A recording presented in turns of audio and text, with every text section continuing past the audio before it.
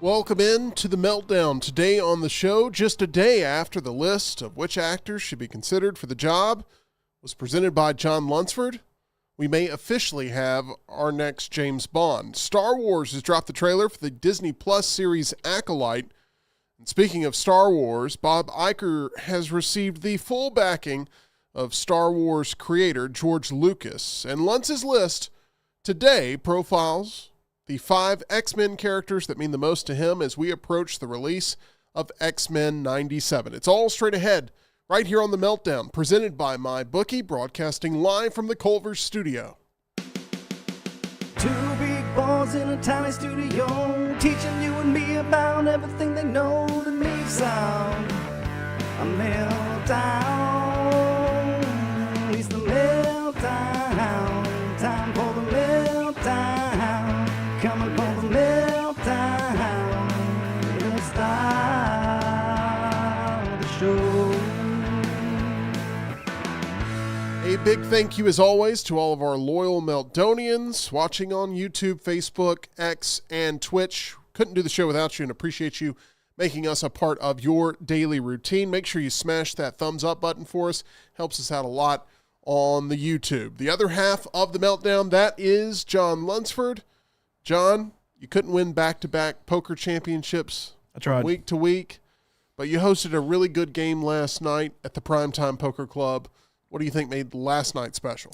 Hey, I came to the final table with just over 1 big blind. It ended up lasting almost an hour, so I'll consider it a success, even though I didn't pull off the... what hand was it that got you back in the game at the final table? 2 5s. No, that wasn't it. It wasn't a pair of 5s. What was it? Do you remember? I don't remember. It was my favorite hand of all time. That's King 9. And King 9. He won with it and then was upset he won because it proved my theory correct that King 9 never loses. And I hate that you had to live that experience. Trust me, I wasn't rooting for you either, but King 9 will always be your best friend. We'll see about that. Anyway, yeah, it was a fun night. Sure. Yeah, Yeah, I didn't win. Is that all you want to say about it? Yeah, it could have been more fun. I cashed. I was in the money. So I felt pretty good about that performance, but I would have liked to have obviously won it all. Ran into Spud. Spud got me. He'll be here tomorrow defending his Meltdown Triple Threat Trivia Championship against the number 1 contender, John Lunsford. That's right. And contributor EG, who will be here to take on Spud, as EG hopes one day to be a contestant on Jeopardy. And we're trying to make that dream become a reality with putting her through the Spud gauntlet. So we'll see if that works tomorrow. Does that mean you go through a maze and we just throw potatoes at you the whole time? That is absolutely what that means. Trivial potatoes. Producer Tyler's here.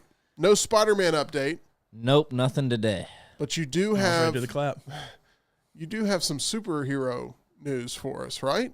You got some updates there. We've got a new trailer for X-Men 97. This is the Disney Plus continuation of the original X-Men animated series. It looks awesome. It does. And also, we've got a trailer for something that really out of left field. It's the Suicide Squad Isekai. This is an anime based off of Suicide Squad. And for anyone who doesn't know, Isekai is another world in Japanese. And it's also a genre of anime where the main character goes from their regular world and is sent to a fantasy world, much like John's favorite Sword Art Online. I don't want to sound like Jerry Seinfeld here and say, who are these people? Who are these people? Yes, that is correct. I'm glad you did it second. My question is, who are the people that are clamoring for more Suicide Squad content? Because I've never met these people in real life. Not me.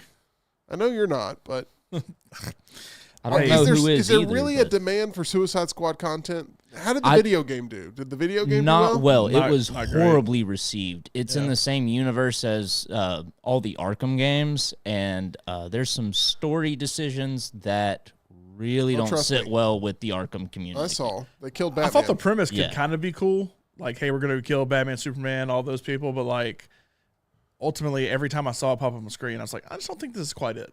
And I feel like that's what everybody thought when And the they game also actually came out. turned it into one of those online, like, live service games with dailies and See, missions I like that and all overall, that. but I just don't know if it fits that genre quite as well. I don't think it fits Suicide Squad, or I went at to least the- that style of game. went to the Royal Rumble in Tampa in January, and it was presented by the Suicide Squad video game. Well, they let you know it every 5 And seconds. the on entire TV. time in the arena, every couple of minutes, the Royal Rumble presented by Suicide Squad, killed the Justice League, you know, and I'm like, okay. Having to say the full name. It's not just like the movie, like presented by Suicide Squad. No. Presented by Suicide Squad, kill the Justice League. Okay. Right. Okay. Stop yelling at me. It didn't help them either. The game's on sale for $40 now. Ooh. I think The Suicide Squad is the best movie from the DCEU, but that's not saying much. It's a very low bar for me. I think Aquaman's probably number 2. But I mean, Aquaman's 1 for me. The Suicide Squad is upper tier, but That's not saying much. I agree. Suicide Squad, the original Suicide Squad movie with Jared Leto and all, is maybe one of the worst movies ever created in the history of mankind. and you said that the minute we walked out of the theater. Correct.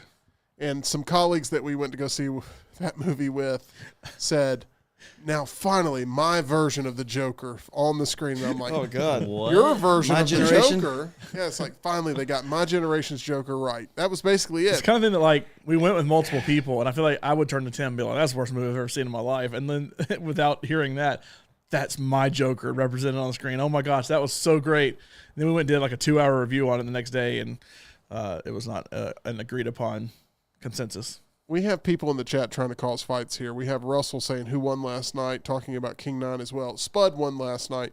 And then we have Jam and Jeff there in the comments saying, any thoughts on that Love Lies Bleeding movie? Have you seen that? How's it done box office wise? Let's please not get into it again. I should have never even read it out loud, but we're not going to take the bait on that, okay? John and I, our bond is bigger than his inaccuracies and me calling them out. You're a king. He's a 9. Well, I mean, Great combo. the king is back. Anything else, Tyler, going on in your movie world?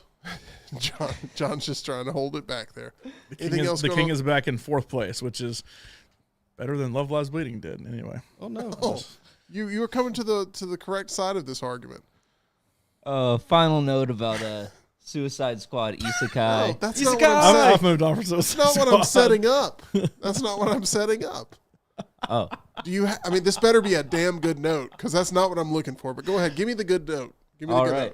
note. It's being animated by Studio Wit, and they were in yeah. charge of Attack on Titan seasons 1 through Okay, I'll give 3, you that. and Okay. that, for anyone who doesn't know, are considered some of the best seasons of anime. Period.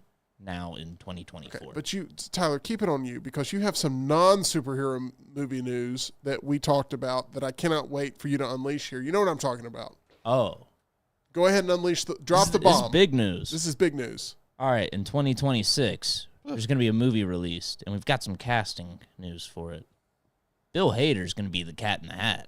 Oh God, I was about to hit the clap, and then that was. Wait, after Mike Myers' performance, didn't like the Dr. Seuss family say like, hey, no more movies, like no more live action movies? This one's going to be animated. Okay, good. Oh, Who's okay. going to be Thing 1 and Thing 2? I don't Kevin care Hart about and The Rock. Tyler, that was an award-winning delivery of Too that bad I haven't news. programmed a boo into the board yet.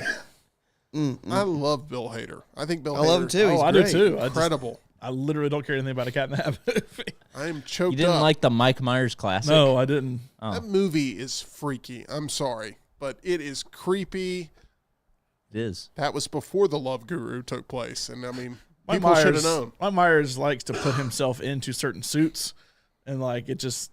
I feel like I don't know. He went through a phase, Yeah, but he did. he'll be back and he'll continue to show up. How was Bohemian that show Rhapsody he had show up. on Netflix? You know, I kind of wanted to watch it, but I never did. I saw there was a Shrek cameo in it. Oh God, that didn't surprise me. I think the Shrek universe is getting all charged up again. Like there's all kinds of Shrek material in So development. they just tore all the Shrek stuff down at Universal Studios. Puss in Boots: The Last Wish was incredible. Did you ever finish it, John? I never did finish Oh it. my gosh. That movie was one of the best movies I saw that year, and I did not expect that. It has got one of the best villain arcs. Have you seen the Puss in Boots movie? I haven't gotten around to it. I've seen a couple of clips. The animation looks incredible. It's the second Puss in Boots movie, isn't it? It's the second Yeah. one, yeah. The last I've seen the Wish. original. You got to see this thing, Tyler. It's I'll get so around to it. good. I mean, I know that I sound like a crazy person, but this is a great movie. It's No, got the common consensus is it's incredible. really, and really good. pushes Alright. the boundaries Sure. of animation. If Bill Hader's Cat in the Hat can get anywhere near that type of cat performance that we saw from Antonio Banderas, then we're dealing with a real saucy flick. Rockstar, who provides our lovely intro theme and our Lunch's List theme, we appreciate you being back here. There's something I really want to talk to you about, Rocky. I'll think There's a about it. Variety exclusive that came out today that a new Popeye movie is in development. Oh God. Oh my gosh. This will be the first live-action revisiting of the character since Robert Altman's 1980 80. film Popeye that starred. Shelley Duvall and Robin Williams is his first feature. That They is- still have the Popeye City, I think. The city they made. I know too much about Popeye. I do not know who played Bluto. This movie was Paul L. Smith. I love Paul. not looked at well critically, but it found an audience. It made money. It was successful. And over time, it has become more cherished as a film that exists. What do you think about the Popeye remake and the source material? Do you think it's going to work in this modern age? Is it going to be animation? Is it going to be live action? I think- Have they casted Popeye? This is, I think, going to be a live action version of Popeye. No, Yes. no casting. This is going to be live action. We have no casting. It's just in development. It's being written right now. It's going to be live action.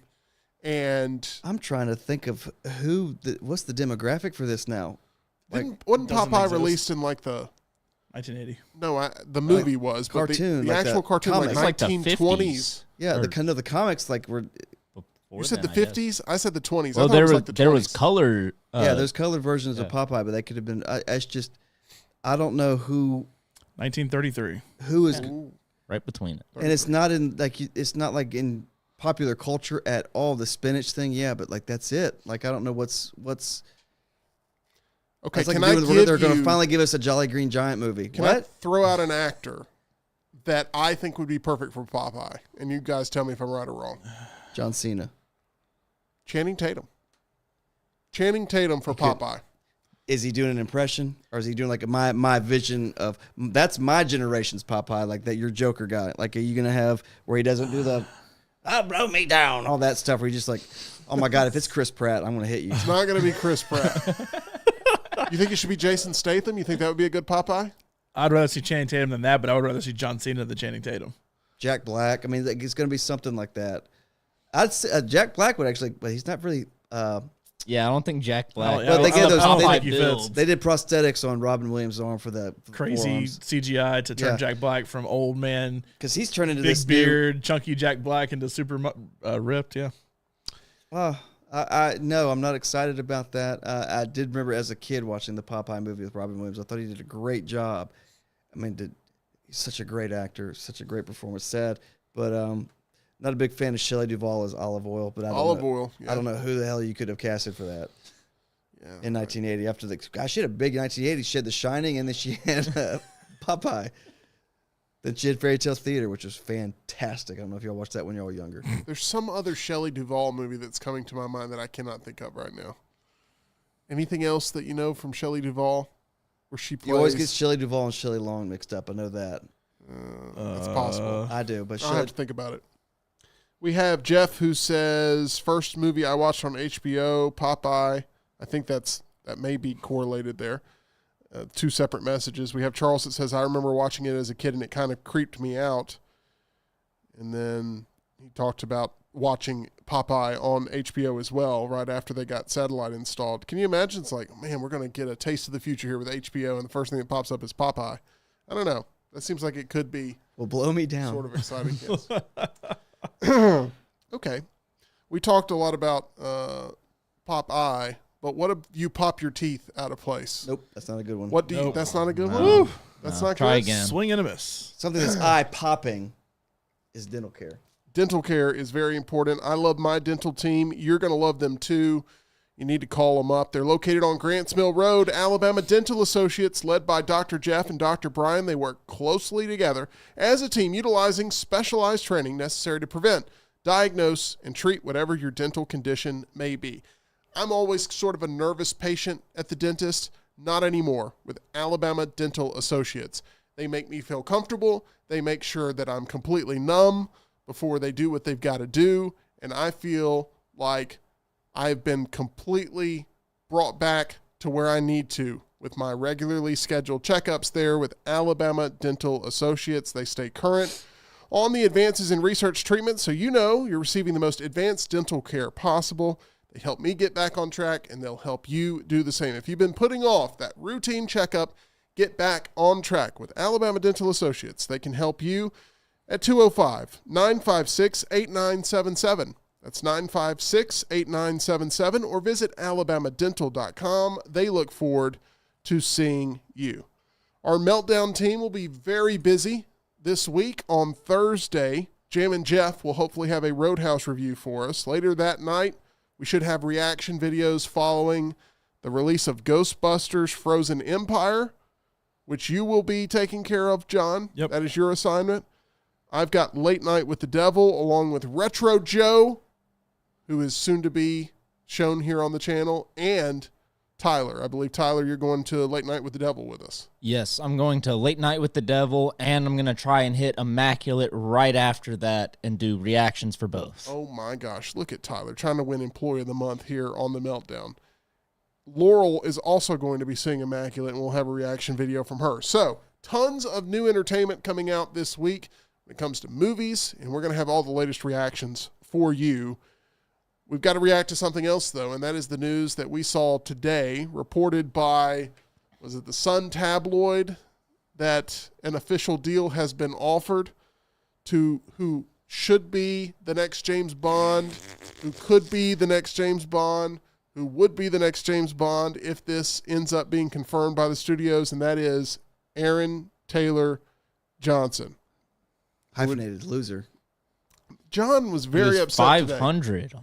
on So- Johnson. 500 plus. It just means he's above 500 somewhere. If I wrote it you- really small, so you can't really see it, but yeah. If you watched yesterday's episode, I didn't know all this was going to happen. I'll be honest. I just sort of was interested in having the conversation of who should be playing the next James Bond.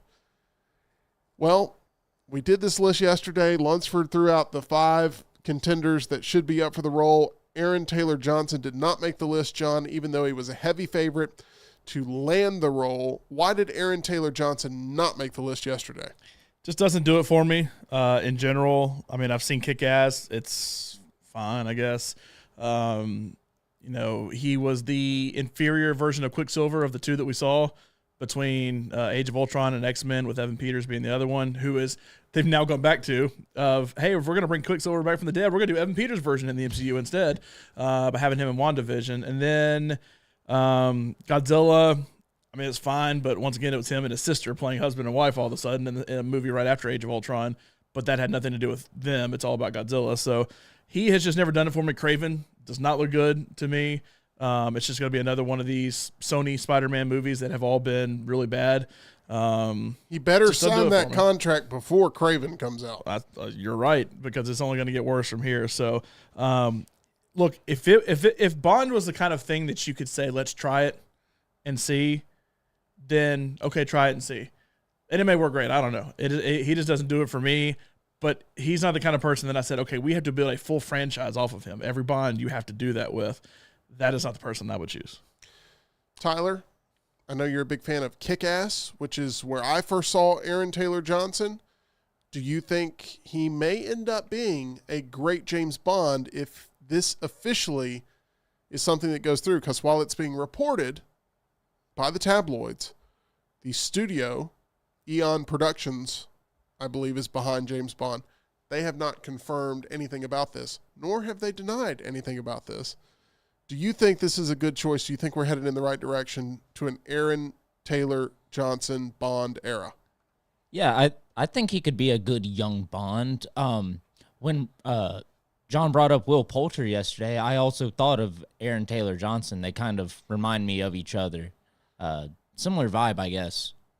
Aaron Taylor Johnson's a little scruffier looking. So he's turning 34 in a couple of months. Right. So by the time they actually shoot the movie, which will be a couple years down the line, he'll be about where Daniel Craig was when they started. Can I ask a question about that? Yeah. Who's got bigger shoes to fill? I wasn't a Pierce Brosnan fan, but I just remember when they announced Daniel Craig as the new Bond, people, from what I remember, were not happy because you don't have a blonde Bond. And then people started to like him. Say, actually, I think Daniel Craig is my favorite Bond. So does this guy have bigger shoes to fill than Daniel Craig did at the time? Because I thought the Bond franchise was going down after Pierce Brosnan. I think I've seen half of GoldenEye. I played the game more than I've ever seen the movie. So does this guy have a bigger hill to climb than Daniel Craig did? My short answer to that is absolutely not. Daniel Craig had the toughest of tough jobs, which is you had Pierce Brosnan still looking as if he was in his peak to play the role, even though his movies had started to suffer, but they were going to do a tonal change, and there was a good chance that since Pierce Brosnan was so over with everybody that he was going to still be coming back, but they were going to do a hard reset anyway, and no one would have been shocked if Pierce Brosnan would have been brought back to star in something other than like a Casino Royale where they're looking to completely start fresh with a very young agent. So Aaron Taylor Johnson has the benefits of James Bond being very healthy overall throughout the course of the past decade plus. And Daniel Craig had to make this thing serious. He had to build his own reputation as no one really knew anything about him other than he had blonde hair. And the tabloids were brutal. They made a whole documentary about how much people in that area hated the idea of him being cast in this role. So short answer is Aaron Taylor Johnson has a much easier path to getting over with the fans than Daniel Craig did. Daniel Craig just exceeded every expectation that was laid in front of him. Were people that attached to Pierce Brosnan as James Bond? I think so. They were. I didn't know like GoldenEye was that big of a hit. I mean, So- like you, I really only played the game. Well, I mean, that helped because that's when you look at greatest video games of all time, that's up there. So it got a whole younger generation into Bond that may not have been into it. Plus, Pierce Brosnan did 4 movies in a span of 7 years before they moved on. Daniel Craig did 5 movies in a span of 15 years, and now they're moving on. Plus, Daniel Craig had a straight-up ending to his story, and it seems like, and I'm not super up on all the old Bond movies. I've seen bits and pieces of almost all of them, but Pierce Brosnan seemed like, yeah, we can keep going, and then Daniel Craig's all of a sudden there to where it's like, okay, well, you better pick it up with Daniel Craig. Whereas with this, you can go a lot of different routes because you're 100% going to have to 100% hard reboot where Bond is. You can't have Judi Dench like they carry Judi Dench over. There's a lot of carryover between the two, despite the fact it's, for the most part, completely different people, to where you can you got to have a blank canvas with what to do with Bond now. You don't have to stick to a certain set of parameters that Pierce Brosnan had set that Daniel Craig said, you can't fit that what he was. He didn't need to, and he ultimately didn't, and ended up being good, but you just have a much longer career and an ending that now, and we can start something new. Let's not forget as well, like Daniel Craig was also not just trying to revitalize Bond and having to work within that. He was also having to compete against Bourne, which completely changed the spy game and changed the expectations that viewers had for what action would look like. It wasn't just James Bond riding some sort of sea-doo on a big tidal wave trying to stop a laser from being fired. And Mission Impossible, which I think Mission Impossible 3 came out the same year as Casino Royale, but that's when it kind of got revitalized and has been pretty good since. That of the 2 main spy things, you got to compete with it. And Austin Powers made a joke of the entire premise of James Bond. Yep. And so the hard reset was necessary. They had to get Casino Royale right. They brought in the director of GoldenEye to come in and direct Casino Royale, and they got it right. And Casino Royale with Daniel Craig is my favorite Bond movie ever. It's insanely rewatchable, and I go back to it time and time again. John, you love Skyfall, obviously, but when Daniel Craig era Bond movies were great, they were all-timers, and when they were stinkers, they were stinkers. And we got 2 all-timers, 2 stinkers, and 1 that was just fine, and that was the send-off that we got in No Time to Die. So I am very excited about the future of Bond, but it's going to be tough to replicate the highs that Daniel Craig hit for sure. And also, since he's a newcomer to the Bond, the new thing has been people announcing who the villain is going to be. Do you announce an A-lister as a villain as well, or do you let this guy have his first movie to be the face of the entire film, to set the story? You definitely have to sell the villain, and it has to be somebody that helps get this guy over as being the next Bond. It has to be an established older actor, I think. You don't do it right. Lance's list. Yeah. You don't do it. I feel like every Timothy person Chalamet. I named, they could be a villain, but you don't do it right now. You let Aaron, once it becomes official, you let him have his moment now. it's going to be 3 or 4 years before the movie comes out probably. So then once you get to, hey, we're actually going to start the movie, hey, here's who's the crazy villain's going to be. And my curiosity with the next Bond has nothing to do with Aaron Taylor Johnson. Do they try to do the, hey, we're going to make this a continuance like they did with Daniel Craig, as opposed to each movie is very much its own thing, to where it's like, oh, he has the same girlfriend that carries over. Oh, he has, that the whole Vesper storyline really went the entire time, because it then kind of led into Spectre and all that kind of stuff. So I'm very curious how they approach the series that they make with Aaron Taylor Johnson. You know what I loved most about the decision that Casino Royale made back in 2006? And that was, there was one person that was not recast for the brand new launching point of this Bond. And it was just accepted by everybody. Nobody went crazy. Dame Judi Dench. Yep. And she was perfect for that role. They said there is no better choice for this role. So can you just come back and play this role again in the Daniel Craig era? And that's exactly what ended up happening. And she had a perfect send-off in Skyfall. And her character arc in the Daniel Craig movies is tremendous. And I thought they did a really good job with not only the send-off, but then the replacement. I like Ralph Fiennes overall to be a decent, you can't replace it, but I'm not trying to replace it. I know I can't replace it. She, like you said, has a perfect ending, but you can't go with Ralph Fiennes moving forward. I don't know that you can cast anybody in that role to be even remotely close to what it was in the switch between Brosnan and Daniel Craig, and just overall what she did with the franchise. So I'm excited about seeing the next Bond. I'm a Bond fan for sure. The casting of the villain will be very important as to who they bring in, who right now is a hot name that could come in and bring some legitimacy to a new era of Bond. I don't know right off the top of my head who I would pick, but maybe that is a great Lunce's List for a future episode of The Meltdown. We've got a lot of your reaction coming in, including Charles, who says, I think going from Brosnan to Craig was the biggest leap. People, myself included, saw how well that went, so I think fans will take more of a this could be good approach this time around. I agree with that. And we have Matt that says, take Bond back to the 60s. I think it suits the era better, and you get all the gadgets back.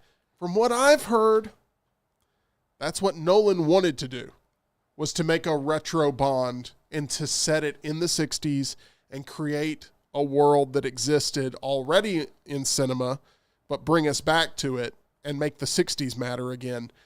And I would have loved to have seen it. The retro futuristic approach of what cool gadgets were back then, what the future was back then, I love that. That's part of what appeals to Fallout with a show like that. But I don't think that's an easy sell to the general audience. And bottom line, you got to get the general audience in the seats. That's true. I think as important as it is to get the villain right in this franchise with that first movie, it's way more important to get the director right. And you got 2 incredible sets of direction with Sam Mendes, and with what you saw, I forget who did Casino Royale, but Martin Campbell. But those 2 guys were just stellar in coming in at the right times and delivering what the franchise needed at that point. But then you had Sam Mendes obviously deliver Spectre, and that one disappointed me very much. So he maybe stayed on too long. Got paid really handsomely to come back, but maybe his heart just wasn't in it as much. Only thing you got to keep from the old days is the DB5. Got to keep because Pierce Brosnan went away from that, and then Daniel Craig brought it back. There's a lot of the Bondisms you have to keep, but we'll see. We'll see. You don't think it'd look cool if he was in a Beetle or something like that? Mini Cooper. He's driving Herbie the Love Bug. Yeah. There's so many different expectations for what people want out of their James Bond, and we'll see how many of those are delivered upon. All right, let's go to a franchise that is now looking at not just starting over, but trying to find what they can keep going from what has already been established under the Disney brand, and that is Star Wars. The Acolyte is set during the High Republic era and the prime of the Jedi Order, and we got our first trailer today. Yesterday, John, we got this awesome poster. I have to show this thing off again if you have it. I don't know if you have it available, but I love this poster. I want this poster in my life. But today we did our trailer reaction. We had not yet seen it. We recorded it live on camera. You can watch it right here on The Meltdown. Make sure you're subscribed for all of our latest content. and I was extremely underwhelmed by what the trailer offered. It looked cheap to me. I didn't get a big sense of story. Looked like a bunch of cosplayers in a fan film. John, You tell excited? me I'm being way too harsh. I think you're being way too harsh. I was fine with it. I think for a teaser it was okay. I like some of the names that if you said, hey, cast Star Wars, I never would have picked any of them, but I can pick out almost every one of them from something they've done to where it's like, yeah, okay, the cast is pretty good in it. I just overall, in general, I just thought, hey, this still looks promising enough that, yes, the poster's great. We talked about how great it is and just the imagery of it, that you got to match a certain level, that maybe it didn't match that level, but that doesn't mean I have any less hype for it, because for the most part, they have hit home runs with their TV shows. I love the poster. You can get rid of it because I'll just stare at it the entire time because I think it's incredible. But I didn't see that same level of quality in the trailer today. You can see my immediate reaction. Tyler, I know you felt similar to me. Has it grown on you any more throughout the day the more you think about it? No. I might end up skipping this one. It just didn't sell me on it. We'll wait for the word of mouth on it. Early June, June 4th, I believe? Yeah, June 4th is the 2-episode premiere. And we also get, John, you'll be excited about this, we also get the Crow remake I know what I'm watching that night. that week. Double feature. The Acolyte. Oh. I'm watching both episodes, and I'll watch them again before I go see The Crow. Yeah, so lots to be excited about there in the Lunsford household. Did you ever get into Star Wars Rockstar? Was that ever your thing? I did, and I was going to say, I was telling Lunsford a while back ago, we watched The Mandalorian. We've watched, I think, what's it been, 3 seasons? Mm-hmm. I've watched The Mandalorian, and I have... Really 3.5 3.5, if you count yeah. Book of Boba Fett. I didn't watch Book of Boba Fett. I watched the Obi-Wan thing. Don't care about the, what was the one that came out with the girl with the noodle hair? Ahsoka. Yeah. Ahsoka, and then I don't care about accolades. Can you do your Ahsoka impression again? What does it look like? Hey, I'm Ahsoka. Okay, perfect. But my review of the Mandalorian, although it was good, it's one of the things where it reminds me of the game Borderlands, where I see Tim at a shop and I've got to rescue a girl, and Tim, I need to get this girl. Well, Tim knows what planet this girl's from, but he needs a battery for his ship. Now, if you get this battery for my ship in Tushakpe, come back with the battery, I'll tell you where the girl is. I come back. Well, the girl's on this planet. Go to this planet. We know the girls, but you got to fight the Pushka. The Pushka is a big sandworm that's been just hard. That's like every episode is like he can't go. Like I was like that's like it's the pattern is just I'm so over it. But the first season was great. Obi-Wan was okay. So I don't care about the Boba Fett. It's just too much. Like I guess if I was a huge Star Wars fan, there's just so much is too much. You're overwhelming the senses. It's not consistent. Yeah, and you can't consume all of it, and like it to a point where it being good. I saw that Trinity's in it, so I thought that was exciting. I haven't seen Trinity in forever. She's in the Matrix movie like 3 years ago. Let's think. Besides the Matrix, she was in Memento. I don't see anything like I'm not excited about it. It doesn't look awful, but it's just like I don't want to go through another damn storyline about this is 20,000 years before Luke Skywalker's grandparents were born. It's always back to Skywalker. It's only 100 years before Luke's dad was born. Now I'm kind of interested. Okay. So it's not quite that far back. Yeah. Are they going to be able to resist having some sort of tie into the Skywalker saga? And have damn C-3PO. Now Yoda should be a big deal at this point. So that's a tie to the Skywalker saga, I guess. Although he was not in the trailer, I don't see anywhere of like, who's it, Frank Oz that was Yoda? Like I don't see any of him listed in any kind of credits or anything. So I don't know, but I don't know. I mean, there'll be a post-credit scene at the end, I'm sure. The Acolyte, loved the teaser poster. Not real big fan of the teaser trailer, but you can check out our reaction. It's on the channel.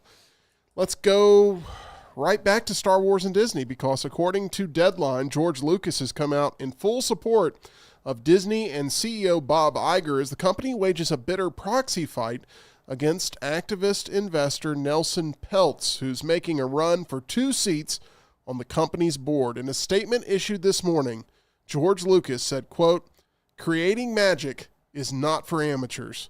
When I sold Lucasfilm just over a decade ago, I was delighted to become a Disney shareholder because of my long-time admiration for its iconic brand and Bob Iger's leadership. When Bob recently returned to the company during a difficult time, I was relieved. No one knows Disney better. I remain a significant shareholder because I have full faith and confidence in the power of Disney and Bob's track record of driving long-term value. I have voted all of my shares for Disney's 12 directors and urge other shareholders to do the same. This is a nasty fight that has cost both sides a lot of money, John. This is something that would make for a juicy episode of Succession, but I think with moves like this, that we're going to see Bob Iger remain in a very powerful position as having the control that he needs at Disney to right the ship following the Chapek baton passing that did not work. Huh? The Chapek era that nobody will remember fondly. Look, Bob Iger is Disney. I firmly agree with everything George Lucas said. From a park standpoint, everything I've heard about improvements that have been made to the parks from Iger's end to Chapek's time to back to Iger has been a disaster. And a lot of that has to do with Chapek, not necessarily Iger, that things aren't great now. Disney Plus is what it is now, that financially, certain parts of Disney are still working, but the overall company isn't necessarily as profitable as it has been because the streaming thing's still trying to be figured out. But also, the streaming thing's trying to be figured out by literally everybody right now. Netflix loses tons of money, but it's still like the thing to everybody. I mean, every streaming service is losing money. So I'm not going to fault that all on Disney necessarily. And COVID obviously totally threw a wrench in everything, regardless of who you are.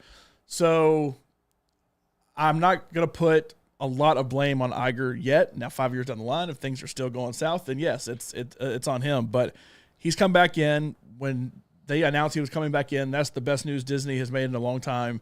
And I firmly am with George Lucas in this. Votes have been coming in, and the tally will be revealed at Disney's annual meeting on April 3rd. Disney got a vote of confidence yesterday when influential proxy advisory service Glass Lewis recommended shareholders vote exclusively for Disney's nominees. The family of founder Walt Disney penned 2 separate letters in support of Iger and the current board. Business leaders like J.P. Morgan Chase CEO Jamie Dimon and Jeffrey Sonnenfeld, a dean at the Yale School of Management, have come out in support of Iger. He's got some big names behind him for sure.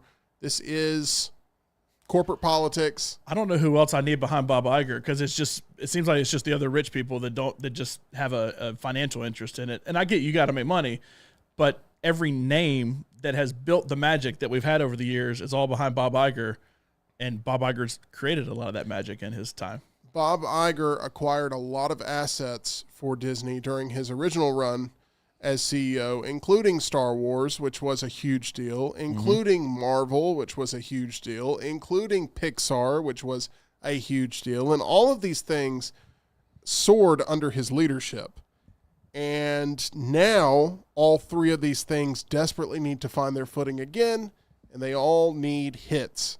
And he is scrapping some projects, and he's putting others in a position to try to have the creatives go in there and get wins, and making Kevin Feige a force again with Marvel. Will he be able to do that? Who knows? But right now, there is a little bit of a contentious fight for the throne, and we'll see if he's able to survive all of this incoming fire.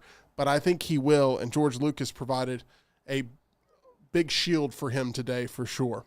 All right, let's talk about this. Variety reports that Mr. Beast, the YouTuber known for big money giveaways, is going to be bigger than ever with his new show on Amazon's Prime Video. The mega popular YouTube creator, whose real name is Jimmy Donaldson, announced a deal with Prime Video for Beast Games, a reality competition show promising the winner a $5 million cash prize. Tyler, what would you do? Pardon me, I don't have my lemon juice today. What would you do with $5 million if you were to win that? Car, a house. What kind of car? I'd buy a The Ectomobile? I might. You're supposed to say DeLorean. Or a DeLorean, or a 370Z most likely. We can do with the other $4.6 million. Just put it in the bank, I guess. Right. Okay, Tyler, a man of simple taste. John, I want you to get on this game show somehow. Okay, let's do it. Call me, Mr. Beast. Yes, Mr. Beast. We Mr. Beast goes all the time into like, Walmart's, Targets, and stuff like that. And it's like, hey, do you follow Mr. Beast? Yes. Okay, here's $10,000. I follow you on all the platforms. So if you ever want to come, bring me onto that. I do follow you on everything. It's believed to be the largest single payout ever in TV history, $5 million. Details of the specific challenges that will be featured in Beast games remain under wraps. But if you've seen any of his content, you have to think this is not going to be an easy game show to be a part of. No, his content's fascinating to watch, and it's also fascinating to see his business model. Basically, he takes out giant loans at a time to pay for everything, but he's always going to end up getting it back to where he can just take out a loan, pay the bank back, take out a loan, pay the bank back. He doesn't just, he's made billions of dollars. He can just pay for all this himself. It's interesting how he does it, but if you ever watch his games, a lot of it is long time periods that he does. So imagine I mentioned Squid Game in our Acolyte review randomly because one of the main guys in that show, but I didn't watch the original one. I don't know how long it lasted, but the reality show they did off of Squid Game, that was like a real version of it, except you just got a little ink pack that went off instead of actually getting shot. It lasted like weeks that it actually lasted, and it was a long, and he's done a Squid Games thing on his own where, once again, you last a long time. He'll put 100 people in a room and say whoever the last one to leave will get $1 million, all this kind of stuff. So a lot of it's very much time-based and how long, the whole keep a hand on a car and whoever's the last one to take it off wins. We've heard horror stories about that. Stuff like that. He's done hide and go seek in SoFi for $1 million. Yeah. It's all very fascinating. He did one at I can't remember what track, some NASCAR track he did one at too, but it's really cool to watch. He only puts out one video every couple of weeks, but they are by far the biggest thing out there. So if Amazon's like, hey, we're going to put not only money in for a giant prize for this, but we're going to put money into production value, that he has very high production value, but for a YouTuber. So now Amazon's going to put legit Prime money, which we know there's plenty of money in the Amazon bank, that it could be really, really good and could be very, very enticing to watch. Mr. Beast will serve as host and executive producer of Beast Games. No premiere date has been set for the show, which will be available exclusively on Prime Video. Is this something you would watch, Rockstar? Yeah, I had never heard this. I saw this story earlier today. I'll put it in trash for tomorrow because I'm curious how the guys would comment about this thing.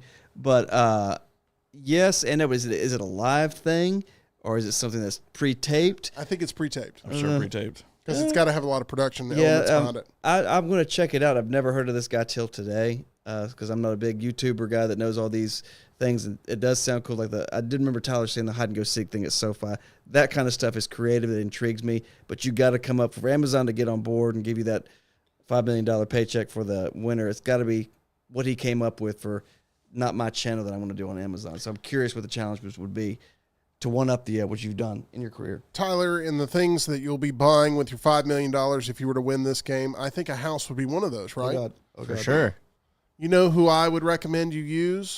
Who should I use, Tim? You should use our friend, Realtor Jim Wilson, with Location Real Estate. It feels like John already knew the answer because there's Jim Wilson's graphic right there. It's got all the information that you need. Feel free to screenshot that and use it for all of your real estate needs. Our friend with Location Real Estate, it's Jim Wilson, who's still active with the U.S. military. He's able to help you secure the American dream of finding your perfect home, cares deeply about making sure that the biggest purchase of your life is taken care of in all the right ways. Jim is only happy when you're completely happy. Each of Jim Wilson's clients has his full attention and devotion to accomplish their goals, not only during the buying or selling experience, but every day after. He's an advocate for you, not some corporation. Whether you're buying or selling, contact our friend, Realtor Jim Wilson with Location Real Estate at 205-329-4758 or visit jimwilson.locationre.com. All right. That's right. It was Charlotte because he lives in Greenville, and he still has a super modest house that's worth nothing. He doesn't have a big mansion that he lives in. Guess what his estimated gross earnings were last year? Anybody? I'm going to go with 150 million. We'll take the over. Way over. No, it's not that much. It's only 82 million. We'll But take the 75. under. You didn't ask me. We'll say 75. but imagine 82 million, but you still live in a $250,000 house, and you still just drive an old beat up car. Instead of being I made 82 million, I can go splurge on stuff. Yep. Well, I've seen he's buying a bunch of land and building property on there for all of his employees And to he- have and a he- Mr. Beast city. Established a whole chain of restaurants that I think he ended up getting sued over. But whole chain of restaurants. I mean, he's established a lot of brands around that. But it's just funny because like you see the Paul brothers, who are two of the biggest YouTubers out there, and like they're living in these giant mansions with tons of people and everything. And you see, ultimately, he's still living a fairly modest life, even though he's put a ton of stuff back into basically his company. See if anybody can guess which movie this is a quote from. Are you ready? The past, a new and uncertain world. A world of endless possibilities and infinite outcomes. Countless choices define our fate. Each choice, each moment, a moment in the ripple of time. Anybody? Jurassic Park. Is that Lion King? I may be wrong here. I think it's the original X-Men. It's the original X-Men. Oh, good. I don't even know the answer. I may be wrong, but I think Charles Xavier opens up with that. I thought it was Jaws the Revenge. I thought that was Rafiki from Lion King. No, I may have gotten this wrong, but that's what I'm going with. John Lunsford will now be tasked with making choices that define our future, sharing his personal expertise with us on this X-Men edition of Lunz's List. What is this? What is this? Lots of this. What is this? Oh, oh. What is this? What is this? What is this? What is this? Lots of this. Lots of this. Oh, oh. What is this? What is this? What is this? Long is this survive? Long is this survive? Long is this survive? Long is this survive? Long is this survive? Long is this survive?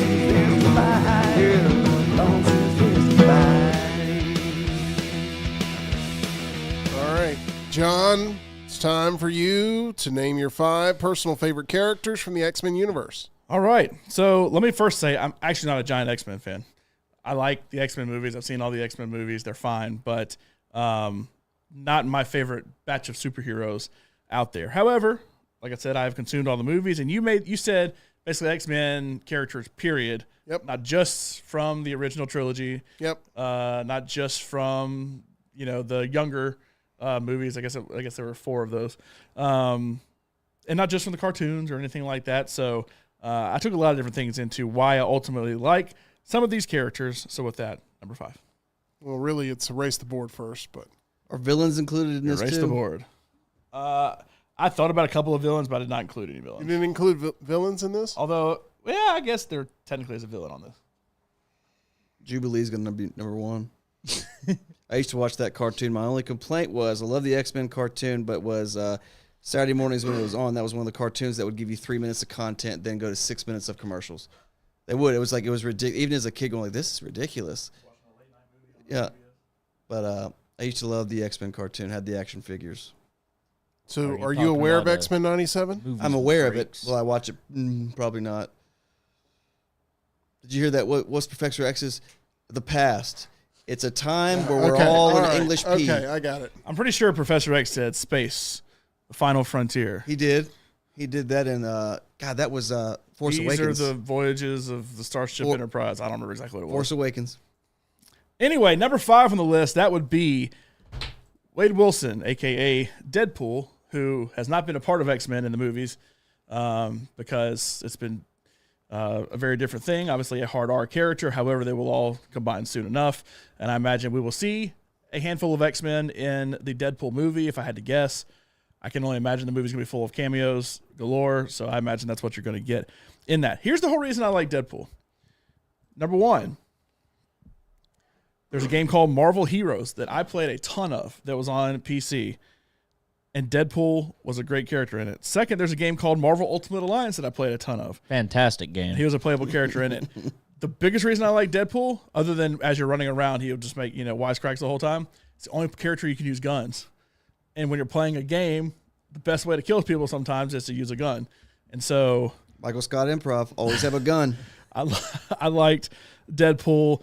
Honestly, in terms of what he could add to the fight in a battle of like everybody in X-Men or the whole MCU or whatever versus, Kang or Dr. Doom, whoever it ends up being at the end, doesn't really provide much, honestly, if I'm being honest, other than he can't die, so he can get blown up and come right back.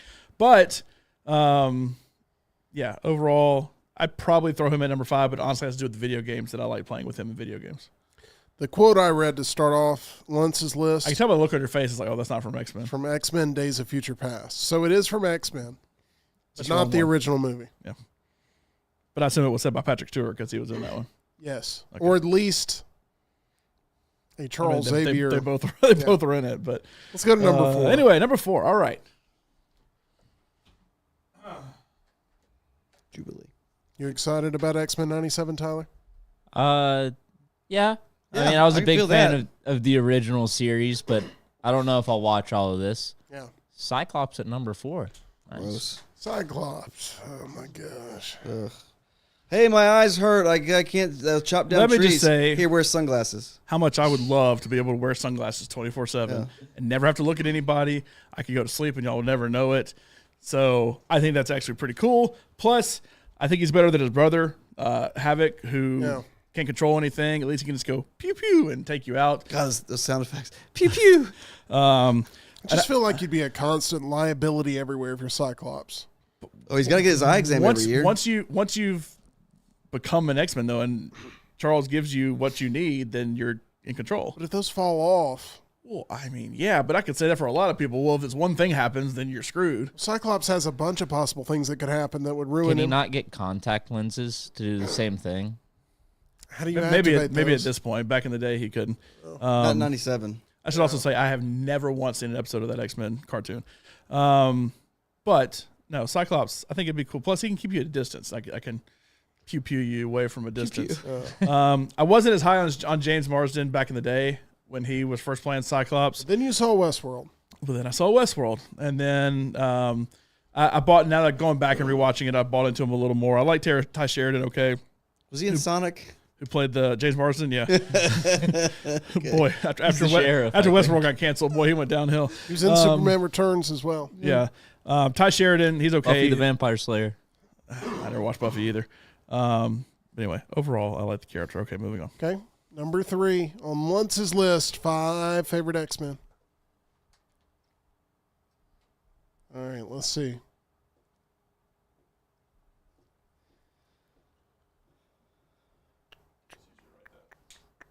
Logan. Yeah. That's fine. All right. Logan, Wolverine, Weapon X, whatever you want to call them, different variations. Not immortal, as we have now seen. Spoiler alert. Yeah. But the biggest thing that kept me from liking him is he was like, Deadpool has the healing abilities and everything, but he's like a little depressed at first, but he eventually comes to accept it, and he's cool, and he's just going to be funny.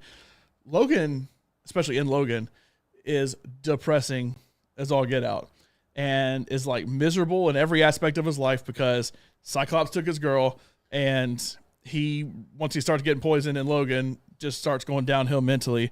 So it's kind of depressing to see, even though you just imagine like comic book Logan or comic book Wolverine, or you play him in a video game or something, be like, man, that's cool. He's such a badass character. And then you see Hugh Jackman version, which is plenty good. It's like, oh, that's kind of a downer a lot of times, especially if you've seen the individual Wolverine movies, including Logan. But technically not immortal, but obviously can heal, has really cool claws. He's angry. He's angry. He's angry a lot. Cool haircut. He's angry because he's depressed too. Just throwing that out there. I think Logan is probably the best Wolverine movie, too. I'm losing my voice. Logan is the Can't best speak. Wolverine movie. I mean, Logan, I'm not on the train that says Logan or The Dark Knight are the best comic book movies. They are up there. But, I mean, of X-Men movies, which is not saying much in my opinion, it is probably the best X-Men movie. I feel like Cyclops without the glasses right now. You guys sound like the Godfather. I can't speak anymore. Yep.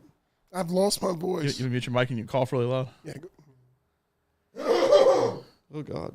Okay, I'm better. Thank you. That There you helped go. a lot. Uh-huh. My gosh. Woo, jeez. Thank back? you. You saved the day. I think I'm back. All My right. gosh, that was awful. Number 2 on Luntz's list. So there's one I'm waiting for, and if he's not on there, then this list is garbage. I feel pretty confident I know who number 1 It's is. going to be Jubilee. It's obvious.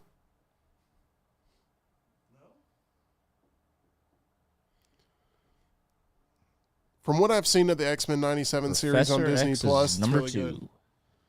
Professor X. Has the best mind in Yes. the entire group. Yes. From both a smarts and straight up telekinesis standpoint. I mean, you get a cool machine. You get to go sit in and see everybody where they are at any given time. Get a floating wheelchair, which could be creepy as heck if you really think about it. But, yeah, you get a cool wheelchair. You basically get to float around, especially the one he had in Doctor Strange, like that old school one he had in Doctor Strange. Yeah, no, I like Professor X overall and the character. The thing that helps me, because I'm not a cartoon guy, I'm not a comic book guy. It's pretty much the live action movies and video games is where I see them, which Professor X does not do much in a video game. But it's the people who play them. They helped sell me on the character. And so Hugh Jackman was good, and Patrick Stewart and James McAvoy were both really good. Both really good. But as far as acting of casting young and old, that's by far the best to me, is that duo of – anyway, you're staring at me like no, I'm thinking to myself, isn't it amazing that we've had 24 years of actors playing these iconic roles and people still associate them with those iconic roles? Yeah. And then we had a new generation of actors and actresses come in, and they were able to also become those iconic roles and all live together in the same universe, and people respect both performances and both actors and not even really choosing sides. I mean, it was like, it's just something rare to see these days where you don't get a chance to not see divisiveness in fandom, that it's got to be one or the other. You can't like both. And that wasn't the case with X-Men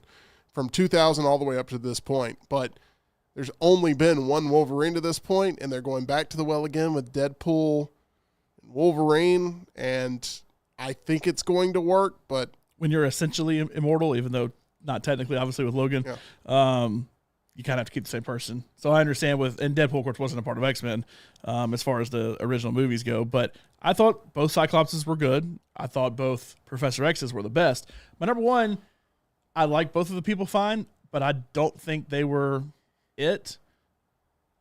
But this is more based on the character overall. Rogue. Yeah, I think it is a female. I do like Rogue. Rogue's okay. Let's go to number one. You already know who it is? I think I do, yeah. I think it's a city in Arizona. Yeah. Jubilee? Yeah. That's what I'm thinking too. But we'll see if I'm correct about that. Oh my God. I said Jean Grey. X-Men, not X-women. Correct. No, I'm with him on this, man. You're not there anymore, Tim. Oh my gosh. It's an Anchorman reference. I know. Phoenix is by far the most powerful. And I think I said on the show at one point that I thought Phoenix would be the perfect, ultimate final boss once one day everybody combines in perfect harmony at Disney under Marvel. I love playing as her in Marvel vs. Capcom. She's super fun. And if you get your meter to 5 full bars, you can turn into Dark Phoenix and just wreck shop. I'm fascinated with phoenixes in general. And I knew, like, the mythological bird of Phoenix. Right. You know my gamer tag. Your gamer tag it's all starting to click. Yeah. So I made my gamer tag in 2003, and Harry Potter Order of the Phoenix had just come out, and the Phoenix was already a part of it because Dumbledore's pet was a Phoenix in the Harry Potter. Harry Potter's my number one franchise, by the way. That I just was all about Phoenixes, and I started reading up on them, everything about them. Every time I see them in popular culture, I love it. And I mean, Phoenix is so powerful. Phoenix Force, I guess the whole thing took out Galactus in the comics, which is seen as like maybe the big bad one day we'll eventually get. I don't know if we'll get him in this version of the MCU or not, because it's still very much under wraps. But it's just the most powerful one. It's easy for me to like that. Plus my fascination with Phoenix is I have to go with Jean Grey / Phoenix. Famke Janssen was fine. I thought I like the third movie the best of the original ones, which is her being bad. So that's why I'd say it's a villain. And then Sophie Turner, that's her name, right? That was from Game of Thrones. Yeah.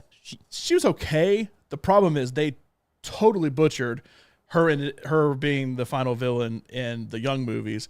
I thought they did great with First Class, great with Days of Future Past, good with Apocalypse, and just totally fell off a cliff. And I know most people didn't like Apocalypse either, but I thought it was okay. I obviously like Oscar Isaac because he was on my Dune list. So there's a reason why I'm more into Apocalypse than other people. But, I mean, absolutely fell off a cliff with who should be the best villain that you could possibly have. Phoenix there at number 1, Professor X at number 2, Logan at number 3, Cyclops at number 4, Deadpool at number 5. Honorable mentions, I think Colossus is cool just because he's solid metal and can still function normally. It's not like he's as he walks, like Tin Man. How does he pee? It's just Is metal. it like mercury? It's just sure. Storm. Unanswered questions. Storm, it'd just be nice to change the weather. It's like, it's kind of cold outside today. Let's fix this. Or, I need to water the plants, so let's fix this. Quicksilver, just from going fast, but I did not. It's not X-Men when it was Aaron Taylor Johnson, but it fits into us talking about Aaron Taylor Johnson, where I much prefer the Evan Peters version. Nightcrawler would be kind of cool, but I still think you could accomplish everything with Nightcrawler with these other people, I feel like. The X2 Nightcrawler opening White House scene still works. It's so incredible. It works. It's so good. It hurts me that Nightcrawler isn't on this list. He's my favorite X-Men. I can see that. But you're telling me that Phoenix could walk in and just cause more mayhem and get exactly what she wants out of it compared to Nightcrawler? Nightcrawler is the easy, just, hey, you go handle this. We don't want to handle this. We don't want to get in trouble. And then Magneto is there, but once you pop that helmet off, he's screwed. Gambit. So I like Gambit. Gambit's never done it for me. I've never been a big Gambit guy. I even like the X-Men Origins Gambit. You don't like the Really? the smart, incredible Hulk and Beast? No, and honestly, you know what really has soured me on him? Beast. What soured me on him more than anything is the post-credit scene in the I Marvels. was just about to say that. It's because the way Beast was with Kelsey Grammer originally, more practical, cool, it's fine. I mean, he's fine. I'm not a Nicholas Hoult guy, so that didn't really sell me on the younger version. I mean, he's fine. It wasn't terrible casting. But once again, he's kind of whiny with Jennifer Lawrence in the younger movies. But then now in the Marvels, it's a straight-up CGI version of Frasier playing Beast, and it's so bad, so bad looking. I'm glad we're getting the X-Men now because obviously they own it. Disney owns it now, but it was a terrible post-credit scene with Beast in that. So that totally soured me on him. Jody says Juggernaut. Richard says Nightcrawler. I'm a big Sabretooth fan. I like Sabretooth. I liked the X-Men Origins version. Yeah. I didn't like the original X-Men version. But my favorite character in all of X-Men, while I like Sabretooth, is Mystique. Mystique is my favorite, by far. That's one that the actors soured me on. Rebecca Romijn and Jennifer Lawrence, both. Not a Jennifer Lawrence fan. No. You sold all your stock. I love the Hunger Games. That's about where it stops. Does Deadpool count as an X-Men now that I think about it? I think he Because in the movies, he always jokes about not being allowed on the team and starting X-Force. Yeah. So, but then still does all of his stuff with X-Men. Yeah. He's part of the universe. I'm going to accept it. There are things that we should not be tolerating of on Luntz's list. And come Secret Wars, they're all going to fight Deadpool's together fine. anyway. So that's fine. All right. John, you have a special tool in your arsenal when it comes to your weight loss. Okay. And that is Way to Wellness, which doesn't take a team. you could have done like a Juggernaut switch or something like that. I feel like he's a big guy, but you're not anymore because.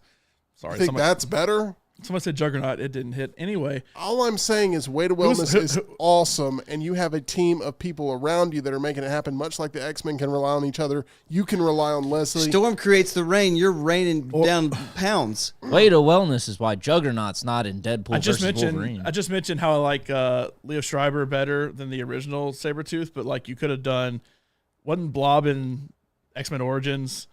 Because he goes to Will.i.am and he's like, they fight and he calls him Blob and he's mad because he's a big guy. So instead of being that, you're now, turning into Logan of your own.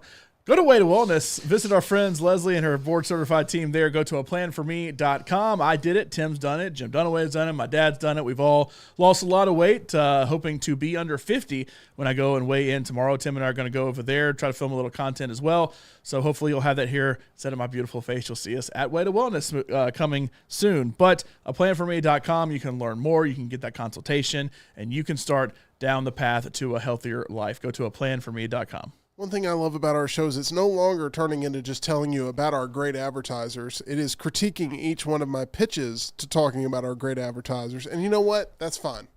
I will work on making them more impressive for all of you guys. Good. The problem is you set the bar too high because I have. You've had a couple that's Thank been you. like, oh, it's actually pretty funny. And then you come the next day and it's like, Wah, wah, wah, wah. Yikes. Guys, I'm sorry. I'm barely making it today, but you know what? You're going to get my A game tomorrow. I promise you that. Hey, you miss 100% of the shots you don't take, Tim. That is correct. That's what Michael Scott said. To Michael Scott. You made a Michael Scott reference, so I had to say that. I will say you're the best segue man in the building, though. Oh, Boom. gosh. Shaka. You make it Why funny. would you say that? You make it funny. No, you say that, and now that's going to bring down a reign of terror on us from one person who also No, does I would a lot hope of it. I hope segues. it. Hey, let's get some comedy in that routine. Okay. I'm gonna step up my segue game, and we're gonna make it happen. Hey, speaking of games, I love to play games at MyBookie, John. I do How's that? too. Go to MyBookie. Just hit a giant parlay in the NBA. I've been on fire betting the NBA lately. I don't even watch the NBA. Tim's more the NBA guy, but I've been in there playing some of that. Hit a 14 parlay this weekend. Big bucks there, so got some money to play with. Go play those casino games, blackjack, roulette, all kind of stuff there. Incredible slot machines as well. And they have the parlay I hit was an odds booster. You can get a lot of boosted odds on parlays there at MyBookie. So use code next round when you go play and get that first deposit bonus. MyBookie.ag. Bet anything, anytime, anywhere with our friends at MyBookie. We will be back tomorrow right here on the Meltdown, live 2 o'clock Central, 3 o'clock Eastern. It's all presented by MyBookie, broadcasting live out of the Culver studio.